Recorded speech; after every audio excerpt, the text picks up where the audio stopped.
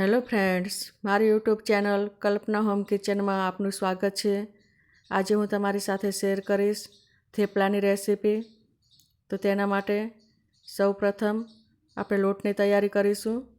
ઘઉંનો લોટ 400 ગ્રામ જે ચાળીને લીધેલો છે, ચણાનો લોટ 200 ગ્રામ। હવે આપણે આજે લીલી મેથી છે તે ધોઈને લીધેલી છે 200 ગ્રામ।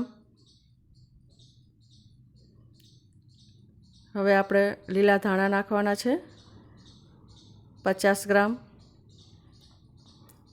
આવી રીતે બધા જ મસાલા આપણે કરી લઈશું। પહેલાં આદુ મરચાં લસણની પેસ્ટ 1 ચમચી,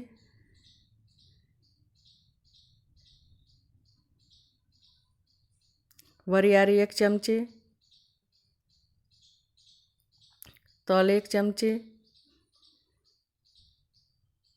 અજમો અડધી ચમચી। હવે આપણે ગરમ મસાલો નાખવાનો છે 1 ચમચી, ધાણા જીરું પાવડર 1 ચમચી, હળદર પાવડર 1 ચમચી, લાલ મરચું પાવડર 1 ચમચી,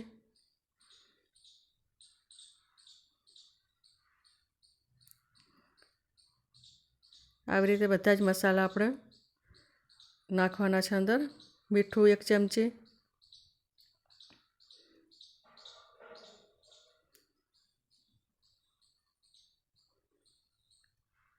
લીંબુનો રસ 2 ચમચી, દળેલી ખાંડ 1 ચમચી। હવે આપણે આના અંદર તેલ નાખવાનું છે 200 ગ્રામ। હવે આપણે આ જે લોટ છે એને 2-3 મિનિટ સુધી બરાબર મિક્સ કરવાનું છે। એના બધા જ મસાલા મિક્સ થાય પછી જ આપણે પાણી નાખવાનું છે અંદર। તેને બરાબર આપણે મિક્સ કરી લેવાનું છે કે જેનાથી આપણા જે મસાલા છે તે બરાબર અંદર મિક્સ થઈ જાય અને તેલ પણ એના અંદર મિક્સ થઈ જાય। એના માટે આપણે બરાબર મિક્સ કરી લેવાનું છે। આવી રીતે તમે બરાબર મિક્સ કરશો તો થેપલા સારા બનશે। આવી રીતે બધું જ મિક્સ કરી લેવાનું। અને મારી રેસીપી પસંદ આવે તો શેર કરજો, સબસ્ક્રાઈબ કરજો। આવી રીતે બધો જ લોટ આપણે મિક્સ કરવાનો। પાણી આપણે થોડું થોડું જ લેવાનું છે। જો વધારે લેશું તો લોટ ઢીલો થઈ જશે અને આપણે લોટ એકદમ કઠણ પણ નથી રાખવાનો અને એકદમ ઢીલો પણ નથી રાખવાનો। લોટ એકદમ મીડિયમ જ રાખવાનો છે કે આપણે વણતી વખતે પણ બહુ ચોંટવો ના જોઈએ। આવી રીતે બધો જ લોટ આપણે મિક્સ કરી લેવાનો। અંદર પાણી હવે થોડું જ નાખવાનું છે, બહુ વધારે પાણી નથી લેવાનું, આટલું જ પાણી લેવાનું છે। અને હવે આપણે લોટ બરાબર મિક્સ કરી લઈશું। હવે આપણે પાણીની જરૂર નહીં પડે અંદર। આવી રીતે બરાબર મિક્સ કરવાનું। 5 મિનિટ સુધી બરાબર મિક્સ કરી લેવાનું। લોટ સારો બંધાય તો આપણે થેપલા પણ સારા થાય છે અને આ બધા મસાલા નાખીએ છીએ એટલે ટેસ્ટ પણ સારો આવે છે। તમે આના અંદર બાજરીનો લોટ પણ નાખી શકો છો, પણ મેં અત્યારે નથી નાખ્યું। બાજરીના લોટથી પણ સારા લાગે છે। દહીં પણ તમે નાખી શકો છો લીંબુના બદલે। આવી રીતે બરાબર લોટ બાંધી લેવાનું છે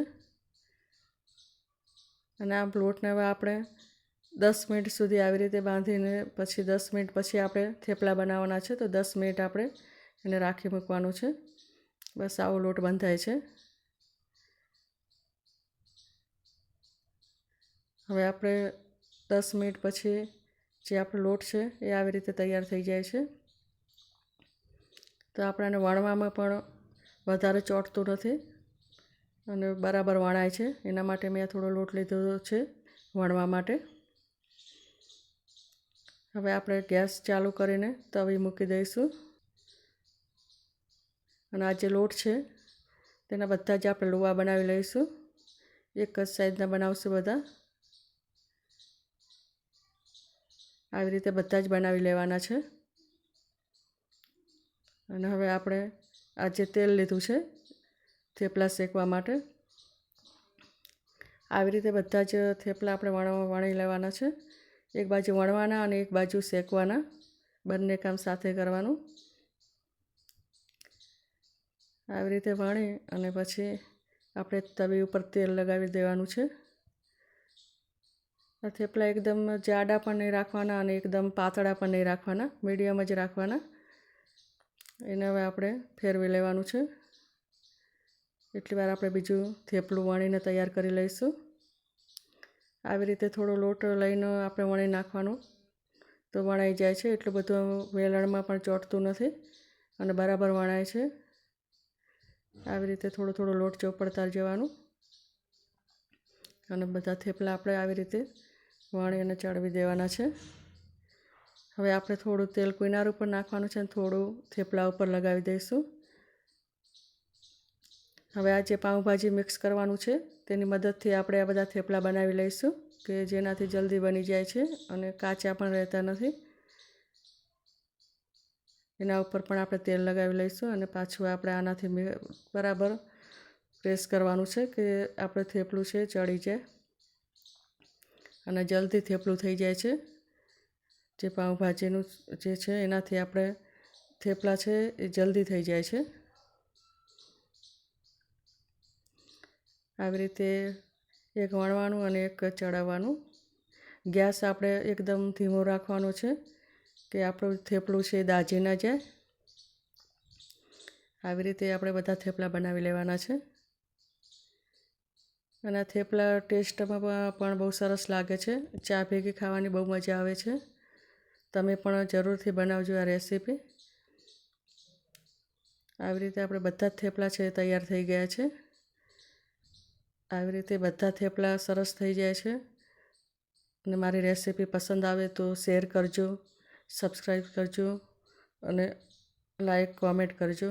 અને હવે મળીશું બીજી રેસીપીમાં. ત્યાં સુધી બાય.